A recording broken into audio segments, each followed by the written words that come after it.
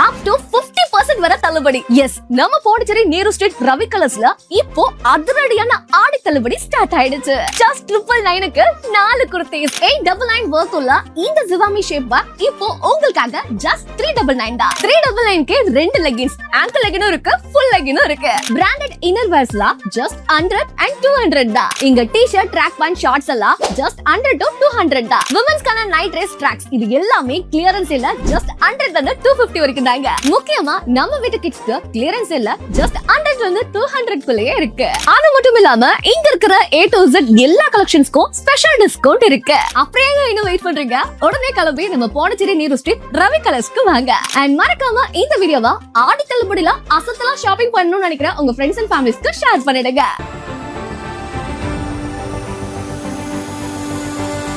Build a 5-star career with Aditya's Institute of Hotel Management. Step into the world of hospitality. Train at Aditya's. Work across the world.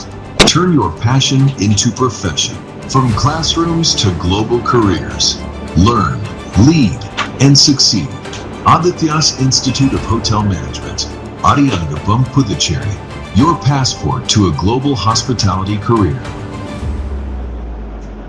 வணக்கம். முக்கிய செய்திகள். புதுச்சேரியில் கார்கில் வெற்றி தின கொண்டாட்டம்.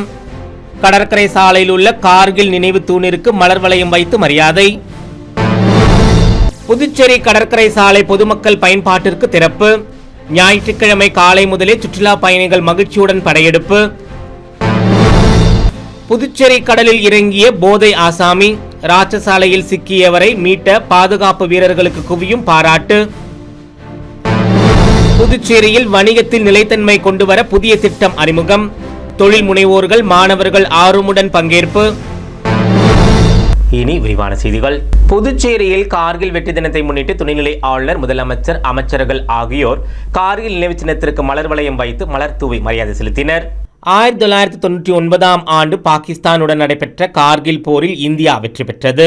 இந்த போரில் நாட்டிற்காக உயிர் தியாகம் செய்த ராணுவ வீரர்களை போற்றும் வகையில் ஆண்டுதோறும் ஜூலை 26ஆம் தேதி கார்கில் வெற்றி தினம் கொண்டாடப்பட்டு வருகிறது. நிலையில் ஞாயிற்றுக்கிழமை புதுச்சேரி அரசு சார்பில் கடற்கரை சாலையில் நடைபெற்ற கார்கில் வெற்றி தின விழாவில் துணைநிலை ஆளுநர் கைலாஷ்நாதன், முதலமைச்சர் ரங்கசாமி ஆகியோர் கலந்து கொண்டு கார்கில் நினைவு தூணுக்கு மலர் வளையம் வைத்து மரியாதை செலுத்தினர்.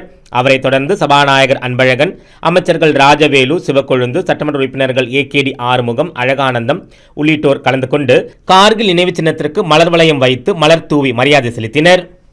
புதுச்சேரியில் சீல் வைக்கப்பட்ட கடற்கரை சாலை மீண்டும் பொதுமக்கள் பயன்பாட்டிற்காக திறக்கப்பட்டதை அடுத்து சுற்றுலா பயணிகள் மகிழ்ச்சியுடன் உலா வந்து புகைப்படம் எடுத்துக்கொண்டு மகிழ்ந்தனர். நீட் தேர்வு கேள்வித்தாள் வெளியான விவகாரம் தொடர்பாக நாடு முழுவதும் மாணவர்கள் போராட்டம் நடைபெற்றது.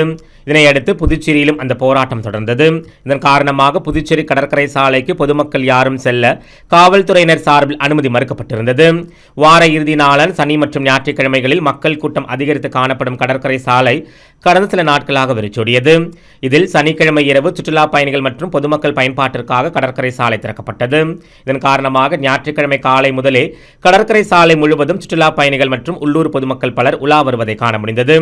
ஆங்காங்கே சுற்றுலா பயணிகள் குழு புகைப்படம் எடுத்துக்கொண்டும் மகிழ்ச்சியுடனும் கடற்கரையின் அழகை ரசித்து சென்றனர். புதுச்சேரி கடற்கரை சாலை மீண்டும் களை கட்ட தொடங்கியுள்ளது குறிப்பிடத்தக்கது. புதுச்சேரி கடலில் சென்னையை சேர்ந்த ஒருவர் மதுபோதையில் இறங்கியதை அடுத்து ராட்சசாலையில் சிக்கியதால் அவரை பாதுகாப்பு படையினர் பத்திரமாக மீட்டனர். புதுச்சேரி கடற்கரை சாலையில் கரையில் இருந்தபடியே கடற்கரையை ரசிக்கும் வகையில் அனைத்து ஏற்பாடுகளும் அரசு சார்பில் செய்யப்பட்டுள்ளது. இருப்பினும் பொதுமக்கள் ஆபத்தை உணராமல் கடலில் இறங்கி குளிப்பதும் விளையாடுவதும் என ஆங்காங்கே இருப்பதால் லைஃப் கார்டுகள் ஏற்படுத்தப்பட்டு பாதுகாப்பு பணியில் ஈடுபடுத்தப்பட்டுள்ளனர். இந்நிலையில் கடலில் இறங்கி குளிப்பதால் ஏற்படும் ஆபத்தை உணராமல் ஒரு சிலர் கடலில் இறங்கி குளித்து வருகின்றனர். அந்த வகையில் சென்னையை சேர்ந்த இருவர் புதுவைக்கு சுற்றுலா வந்துள்ளனர். அப்பொழுது ஒருவர் மதுபோதையில் தடையை மீறி கடலில் குளிக்க சென்றுள்ளார். மதுபோதை அதிகமாக இருந்ததால் கடலில் ராட்சசாலையில் சிக்கியுள்ளார். அப்பொழுது பாதுகாப்பு பணியில் இருந்த கடலோர காவல்படை மற்றும் பெரிய கடை காவல்துறையினரை சேர்ந்த காவலர்கள் மற்றும் லைஃப் கார்டு ரமேஷ், சுந்தர் இருவரும் சேர்ந்து அவரை மீட்டெடுத்தனர். இதனால் சிறிது நேரம் அப்பகுதியில் பரபரப்பு ஏற்பட்டது. புதுச்சேரியில் நிலைத்தன்மை பயிற்சி லீக் எனும் புதிய திட்டத்தின் அறிமுக விழா குறு சிறு மற்றும் நடுத்தர தொழில் நிறுவன வளாகத்தில் நடைபெற்றது. புதுச்சேரியில் குறு சிறு மற்றும் நடுத்தர தொழில் நிறுவனங்களை உலகளாவிய போட்டித்திறன் கொண்ட நிறுவனங்களாக மாற்றும் நோக்கில் நிலைத்தன்மை பயிற்சியாளர்கள் லீக் என்ற புதிய திட்டம் அறிமுகப்படுத்தப்பட்டுள்ளது.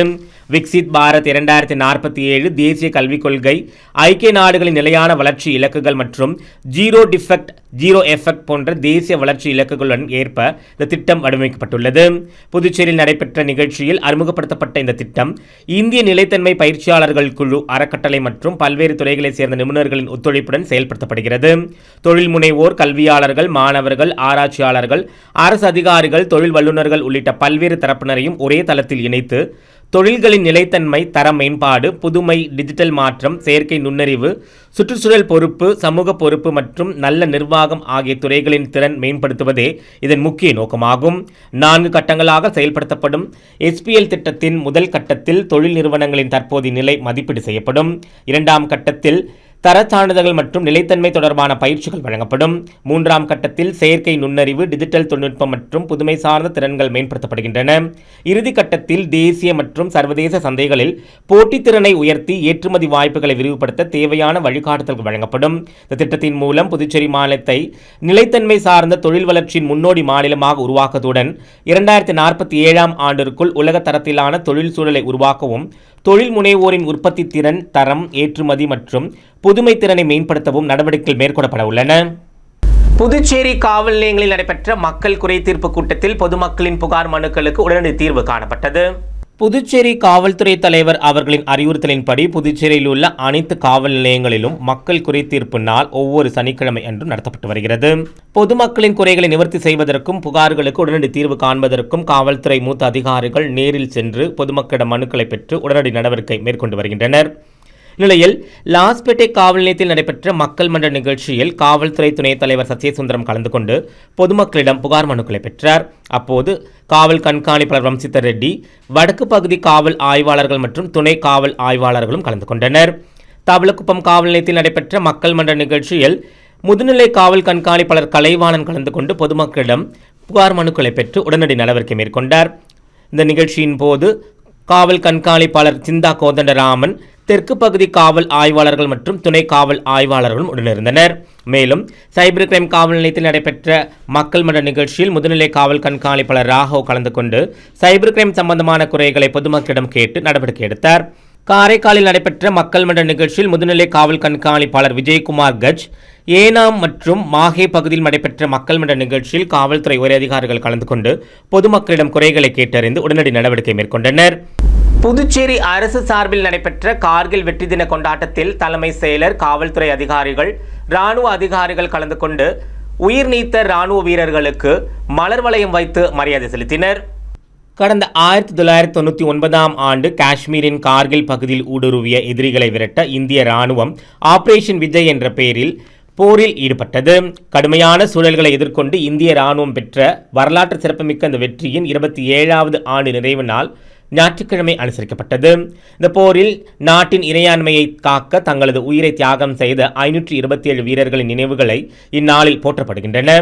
நாட்டின் எல்லைகளை காத்து இன்னுயிர் நீத்த இராணுவ வீரர்களின் தியாகத்தை போற்றும் வகையில் 27வது கார்கில் வெற்றி தினத்தை முன்னிட்டு தலைமைச் செயலகம் அருகே அமைந்துள்ள நினைவு சின்னத்தில் புதுச்சேரி அரசின் தலைமை செயலாளர் சரத் சௌஹான், காவல்துறை தலைவர் சாலினி சிங், மாவட்ட ஆட்சியர் குலோத்தங்கன், அரசு செயலர்கள், கடற்படை மற்றும் இராணுவ பாதுகாப்பு படையை சேர்ந்த இராணுவ அதிகாரிகள் உள்ளிட்டோரும் போரில் உயிரிழந்த இராணுவ வீரர்கள் நினைவாக மலர் வளையம் வைத்து மலர் தூவி மரியாதை செலுத்தினர்.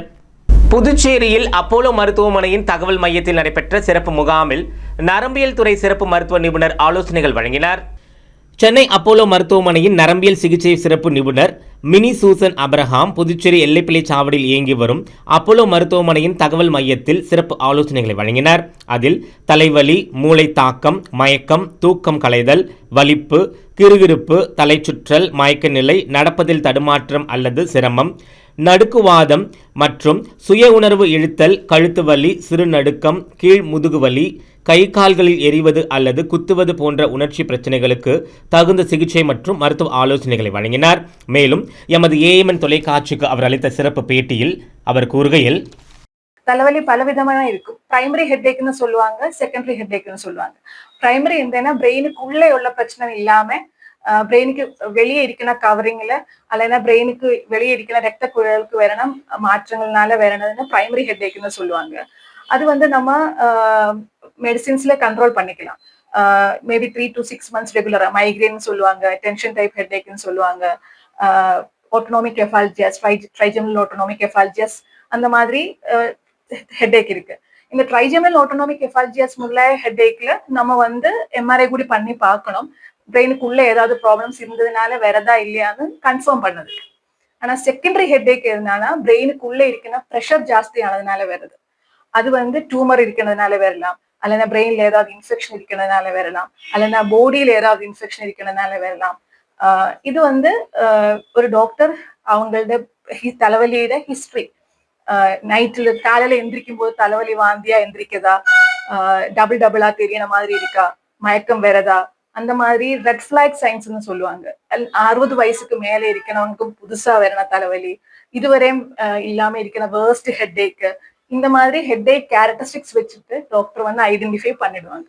காரைக்கால் மாவட்ட வளர்ச்சிக்கு உறுதுணையாக உள்ள திட்டங்களின் அடிக்கல் நாட்டு விழா வரும் திங்கட்கிழமை நடைபெற உள்ள நிலையில் தகுந்த பாதுகாப்பு வழங்க வலியுறுத்தி இந்து முன்னணி சார்பில் முதுநிலை காவல் கண்காணிப்பாளரிடம் மனு வழங்கப்பட்டது.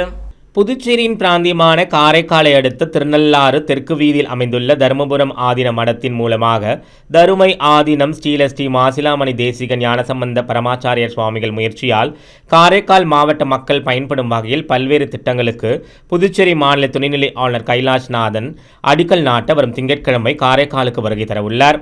அச்சமயம் ஒருங்கிணைந்த பாரம்பரிய சுகாதார பூங்கா மற்றும் பண்ணை திட்டம், தருமை ஸ்டேட்ஸ், தருமை ஆதீனம் சமஸ்கிருதம், வேத வகுப்புகள் மற்றும் ஜோதிட வகுப்புகள், மாணவர்களுக்கு முன்னேற்றத்திற்கான பாட வகுப்புகள், மேலும் தருமை ஆதீனம் மலிவு விலை உணவகம், கோசாலை போன்ற பல்வேறு திட்டங்களுக்கான அடிக்கல் நாட்டு விழாவினை தடுக்கும் விதத்தில் சிலர் இயக்கங்கள் என்ற பெயரில் தடுத்து முயற்சித்து வருவதாகவும், மேற்படி துவக்க விழா நிகழ்ச்சி சிறப்பாக நடைபெற தகுந்த பாதுகாப்பு அளித்து மக்கள் பயன்பெறும் திட்டங்கள் நடைபெறுவதை உறுதி செய்ய வேண்டும் என இந்து முன்னணி சார்பில் தலைவர் ராஜ்குமார் முதுநிலை காவல் கண்காணிப்பாளரிடம் கோரிக்கை மனு அளித்தார்.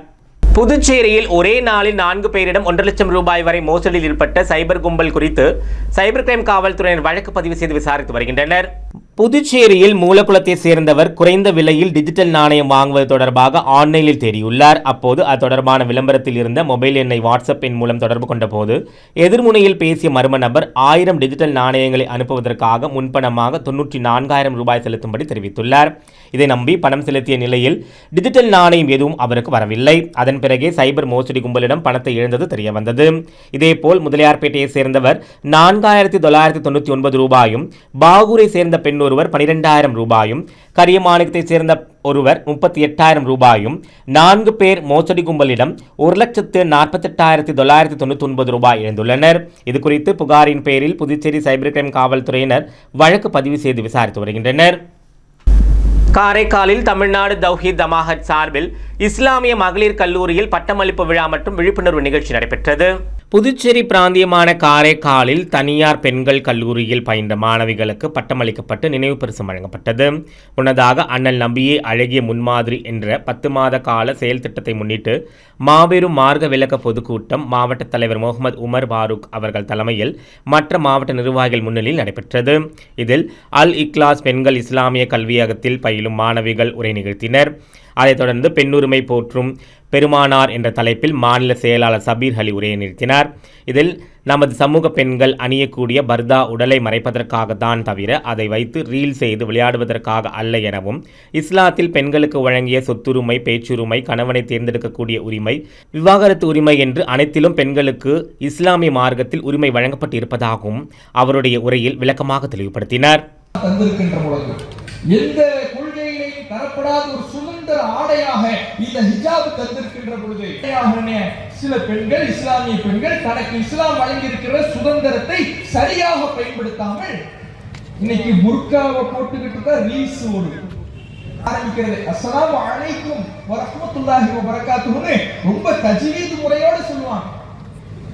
சொல்லி என்ன, நான் அங்க போனேன், இங்க போனேன், அவங்க வீட்டுக்கு போனேன், இவங்க வீட்டுக்கு போனேன், நான் இதை செஞ்சேன், அதை செஞ்சேன், அதை சாப்பிட்டேன், இதை சாப்பிட்டேன். இதுக்காகத்தான் இஸ்லாம் புர்காங்கிற கண்ணியத்தை தந்திருக்குதா? சுதந்திர ஆடையை தந்திருக்குதா? காட்சி பொருளாக ஆகக்கூடாது என்பதற்காக தந்த அந்த ஆடையை இன்றைக்கு உலகத்துக்கே நான் காட்சிப்படுத்துவதற்காக. அடுத்து வருவது புதுவையில் இன்றைய தங்கம் மற்றும் வெள்ளி விலை நிலவரம். இன்றைய தங்கம் வெள்ளி விலை விவரம். புதுவையில் இன்றைய தங்கம் வெள்ளி விலை விவரம் வழங்குபவர்கள் முத்து கோல்ட் ஹவுஸ், பாண்டிச்சேரி. தங்கம் 1 கிராம் 13,285 ரூபாய். இன்றைய தங்கம் வெள்ளி விலை விவரம். வெள்ளி 10 கிராம் 2,340 ரூபாய். இத்துடன் ஏஎம்என் செய்திகள் நிறைவடைந்தன.